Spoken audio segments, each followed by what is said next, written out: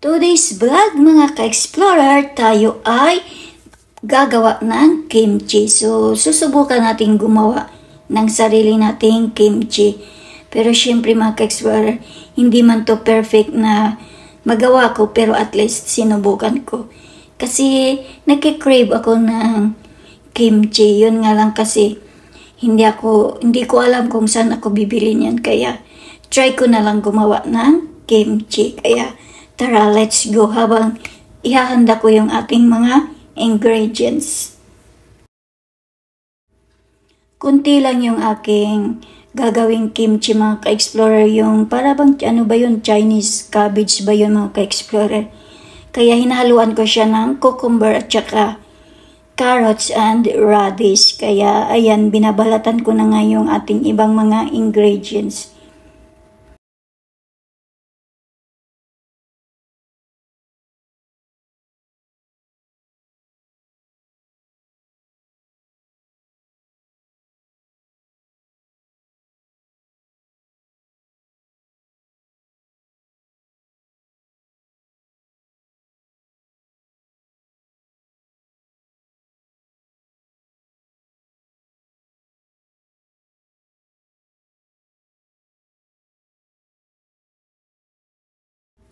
At matapos ko siyang balatan mga ka-explorer, hiwain natin to siya ng maliliit.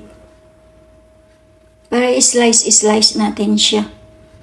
At ito na nga yung ating sibuyas at saka bawang.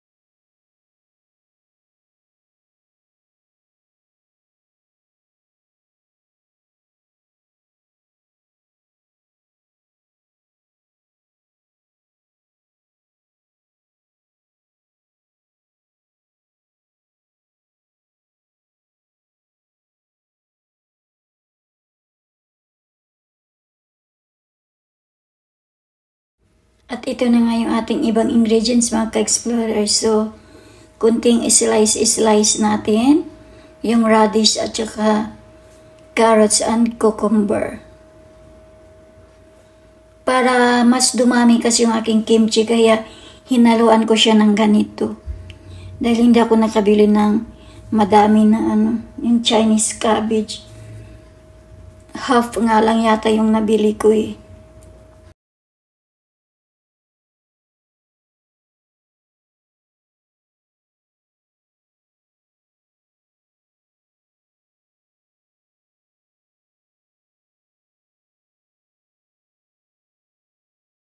At ito na nga yung cabbage natin mga ka-explorer. Kunti nga lang, di ba? O yan, hinugasan ko. Kaya hiwain ko rin siya ng maliliit. Para i-overnight natin siya ng lagyan ng asin. Kaya ganyan, kunti lang talaga mga ka-explorer. Kaya hinahaluan ko siya.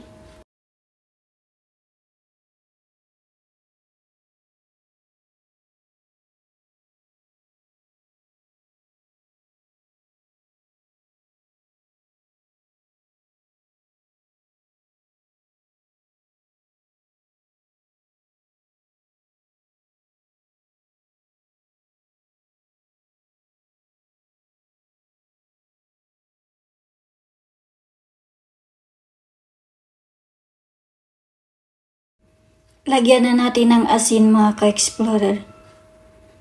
Madaming asin ang nilalagay ko mga ka-explorer para mas mabilis yung pag ng ating cabbage. Kaya ayan.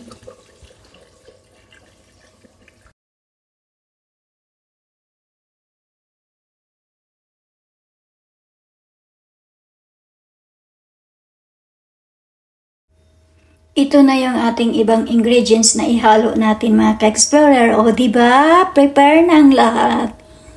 Kaya ihalo na lang natin yan. Pero syempre ito kasing cabbage natin kailangan overnight muna siya.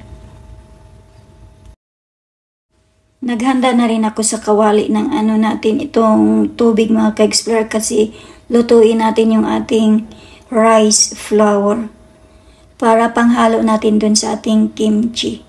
Kaya ayan na nga mga ka-explorer. Ganito lang siya gawin. Hindi man kompleto yung iba kong sangkap kasi syempre hindi tayo nakabili mga ka-explorer kung ano lang yung meron natin na ingredients, yun lang ang pinanghalo ko. Kunti lang naman ang yung wala kasi hindi ako nakabili noon mga ka-explorer. Kaya yung ibang condiments meron naman. Kaya kunting halo-halo lang para hindi magbuo-buo yung ating bigas.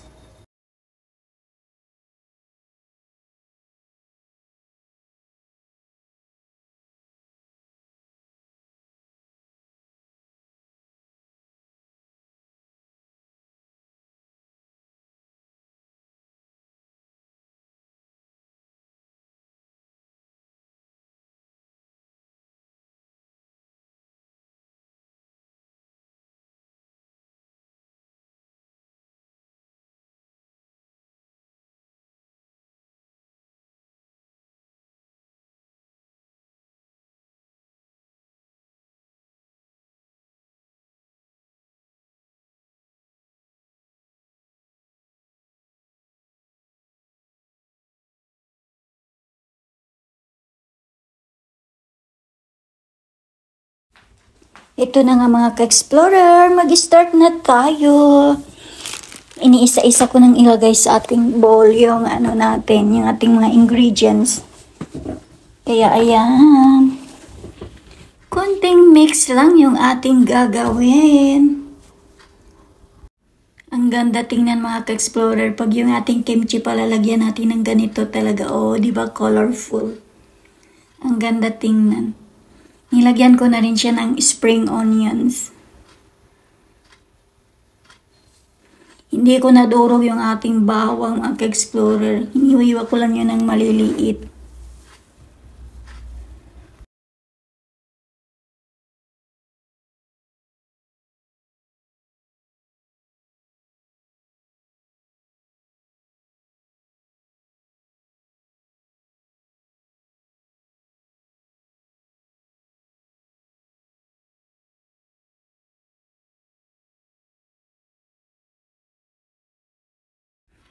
Time to mix. Mix na natin. Nandito na yung ating mga ingredients o mga ka-explorer. Kaya nilagyan ko na rin siya ng konting ginger. Powder to siya mga ka-explorer. Kunti lang. At ilagay na yung ating ibang condiments. Kaya ayan na nga mga ka-explorer. Para ma-mix na natin yung ating favorite na kimchi.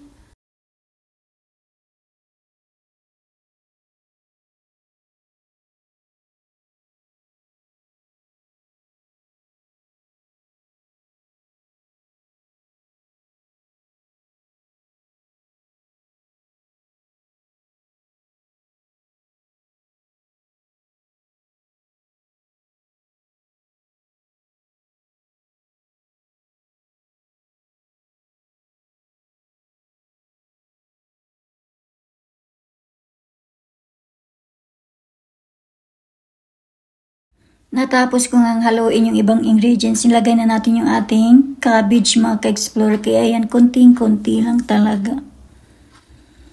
Kaya haluin na natin muna ito bago natin ilagay yung ating, yung rice flour natin na porridge. Kaya ayan na mga ka-explorer. Para pampalapot yung ating porridge mga ka-explorer, para sobrang sarap yung ating kimchi.